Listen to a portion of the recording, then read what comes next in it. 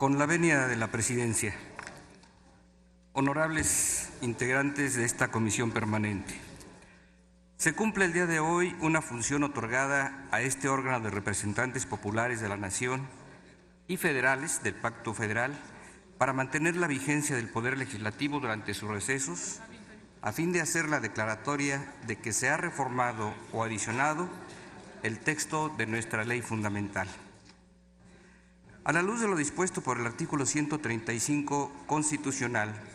más de la mitad de las legislaturas estatales, en este caso 22 de ellas, han otorgado su aprobación a la minuta remitida por el Congreso de la Unión para reformar el texto del segundo párrafo del artículo 11 de nuestra Constitución. Hago uso de la palabra para destacar con brevedad la importancia de estas modificaciones a nuestra Ley Suprema, sin demérito de que quienes formamos parte de esta Comisión Permanente participamos como integrantes del órgano revisor de la Constitución para el propósito que ahora se culmina, salvo la fase de su publicación en el Diario Oficial de la Federación, como bien lo mencionó el presidente de la mesa directiva. Nuestro país ha tenido una importante tradición en la comunidad de naciones en materia de asilo y de asistencia a quienes por su condición solicitan el carácter de refugiados. Vienen tan solo a la memoria hechos relevantes para la recepción de los orgullosamente denominados trasterrados de España, la hazaña de protección de Gilberto Bosques a integrantes del pueblo judío bajo la amenaza de la persecución fascista y las acciones para otorgar la condición de refugiados a decenas de miles de hermanos centroamericanos de los 80 y 90 ante situaciones de enfrentamiento que ocurrían en su país. En el texto aprobado por el Congreso Constituyente de 1916-17, para nuestro artículo 11 se establecieron la libertad de tránsito y la libertad de residencia. Fue con la muy trascendente reforma de derechos humanos del 10 de junio de 2011 que se introdujo en el texto de nuestra Constitución la mención específica al derecho de asilo y a la figura del refugio, que nuestro país había, desde luego, incorporado a su orden jurídico a través de la suscripción de los principales instrumentos internacionales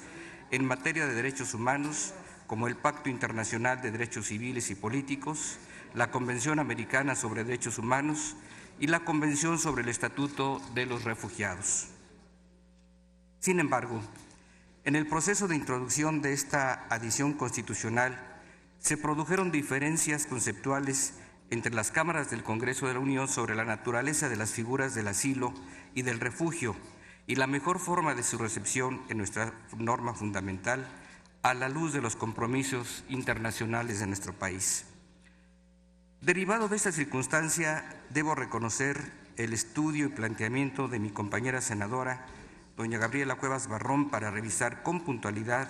el texto aprobado en 2011 y las previsiones de las normas internacionales sobre la materia, particularmente teniendo en mente la naturaleza de las figuras del asilo y de la condición de refugiado como espacios donde convergen el reconocimiento a los derechos humanos de las personas de nuestro país que tienen la calidad de extranjeros y el principio de la soberanía del Estado mexicano para adoptar las determinaciones inherentes a la estancia y residencia de personas que por alguna causa han migrado de su país de origen o de residencia y solicitan de manera excepcional su estancia o residencia en nuestro país.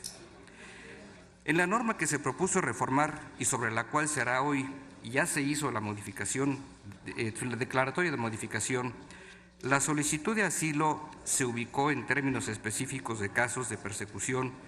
por motivaciones políticas y la solicitud de refugio, apartándose de la nomenclatura internacional que privilegia hablar de la condición de refugiado. Se refirió a motivaciones siempre de naturaleza humanitaria. Esos términos fueron el corazón de la propuesta de reforma para evitar elementos que pudieran entrañar alguna condición o limitación a la acción del Estado mexicano en esta materia desde la perspectiva internacional. Por ello se propuso establecer con precisión que toda persona tiene derecho a buscar y recibir asilo, sin establecer una prefiguración de las razones para adscribirlas a la norma internacional en vigor. Adicionalmente, se planteó que tanto el reconocimiento de la condición de refugiado como el otorgamiento de asilo político se realizaran de conformidad con los tratados internacionales. Es decir, reitera que con relación a estas figuras, nuestro país se ciña a las previsiones acordadas en el ámbito de la Comunidad de Naciones. En ambos casos, y como se había previsto desde 2011, corresponde a la ley secundaria regular las procedencias y excepciones para las solicitudes y el otorgamiento, en su caso, del asilo y de la condición de refugiado. Con la reforma autorizada por el órgano revisor de la Constitución, se precisa que toda persona disfruta en nuestro país del derecho a buscar y recibir asilo, así como que el reconocimiento de la condición de refugiado y el otorgamiento de asilo político deberán realizarse en términos de los tratados internacionales suscritos por nuestro país. Permítanme refrendarlo. En ambas figuras están presentes dos especies de derechos humanos reconocidos por el Estado mexicano, por sí y en el contexto de la Comunidad de Naciones, así como el planteamiento del ejercicio de potestades que como Estado soberano le corresponde a nuestro país. Un ejercicio de soberanía acorde a las obligaciones internacionales que hemos contraído y por el cauce de la ley que regula esas figuras.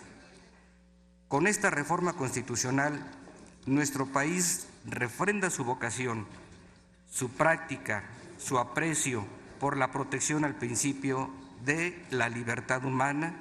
y al principio del imperio de la ley en el ámbito internacional, en el ámbito de los derechos humanos y en el ámbito propio de nuestra nación. Enhorabuena por la aprobación